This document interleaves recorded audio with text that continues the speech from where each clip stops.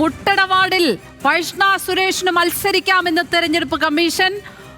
Vote നീക്കിയ നടപടി റദ്ദാക്കിയിരിക്കുകയാണ്. മീര മനോഹരനാണ് വിവരങ്ങളുമായി ചേരുന്നത്. മീര, വൈഷ്ണയ്ക്കും കോൺഗ്രസിനും ഒരേപോലെ ആശ്വാസമല്ലേ? തീർച്ചയായും ലക്ഷ്മി, അല്പം മുൻപാണ് ഇത്തരത്തിലുള്ളൊരു വിവരം പുറത്തു വരുന്നത്.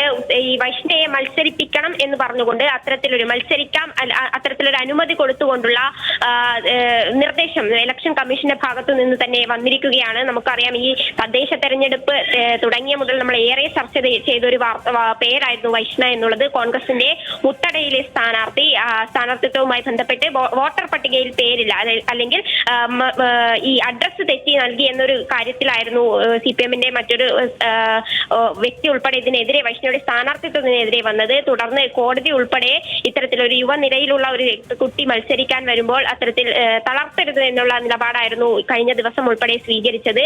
അതിന്റെയൊക്കെ ഭാഗമായി തന്നെയാണ് ഇപ്പോൾ ഇലക്ഷൻ കമ്മീഷൻ കൂടി വൈഷ്ണയ്ക്ക് മത്സരിക്കാം എന്ന രീതിയിൽ ഒരു നിലപാട് എടുത്തിരിക്കുന്നത്. ഉടൻ തന്നെ ഈ ഇത്തരത്തിൽ വോട്ടർ പട്ടികയിൽ പേര് ചേർക്കും എന്നുള്ളൊരു കാര്യം കൂടി വ്യക്തമാക്കുന്നുണ്ട്. എന്തായാലും കോൺഗ്രസിനെ സംബന്ധിച്ചിടത്തോളം വളരെ ആശ്വാസകരമായ ഒരു നിലപാട്, അല്ലെങ്കിൽ ആശ്വാസകരമായിട്ടുള്ള ഭാഗമാണ് ഇപ്പോൾ മനസ്സിലാക്കാൻ സാധിക്കുന്നത്. നേരത്തെ ഉൾപ്പെടെ നമ്മൾ കോഴിക്കോട്ടിലെ മേയർ സ്ഥാനാർത്ഥിയുമായി ബന്ധപ്പെട്ടുകൊണ്ട് ഒരു നെഗറ്റീവായിട്ടുള്ള, അല്ലെങ്കിൽ കോൺഗ്രസിന് അത്ര കണ്ട് തൃപ്തികരമല്ലാത്ത ഒരു വിധിയായിരുന്നു വന്നത്, കോടതിയിൽ നിന്ന് ഉണ്ടായിട്ടുള്ളത്. പക്ഷേ തിരുവനന്തപുരത്തേക്ക് വരുമ്പോൾ മുട്ടട സ്ഥാനാർത്ഥി വൈഷ്ണവുമായി ബന്ധപ്പെട്ടുകൊണ്ട് കോൺഗ്രസിന് ഏറെ ആശ്വാസകരമായുള്ള ഒരു തീരുമാനം ഇപ്പോൾ തെരഞ്ഞെടുപ്പ് കമ്മീഷന്റെ ഭാഗത്തു നിന്ന് വരുന്നു.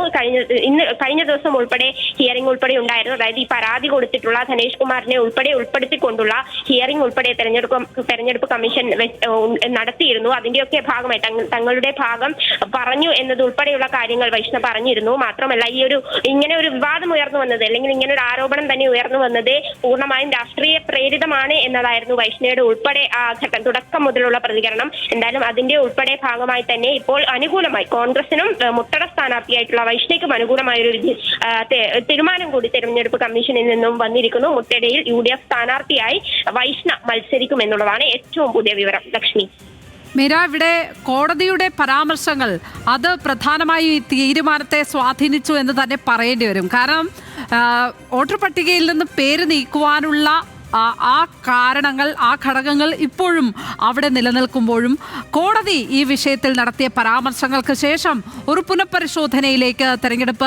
മുഖ്യ തെരഞ്ഞെടുപ്പ് ഓഫീസർ എത്തി എന്ന് തന്നെ പറയാമല്ലേ?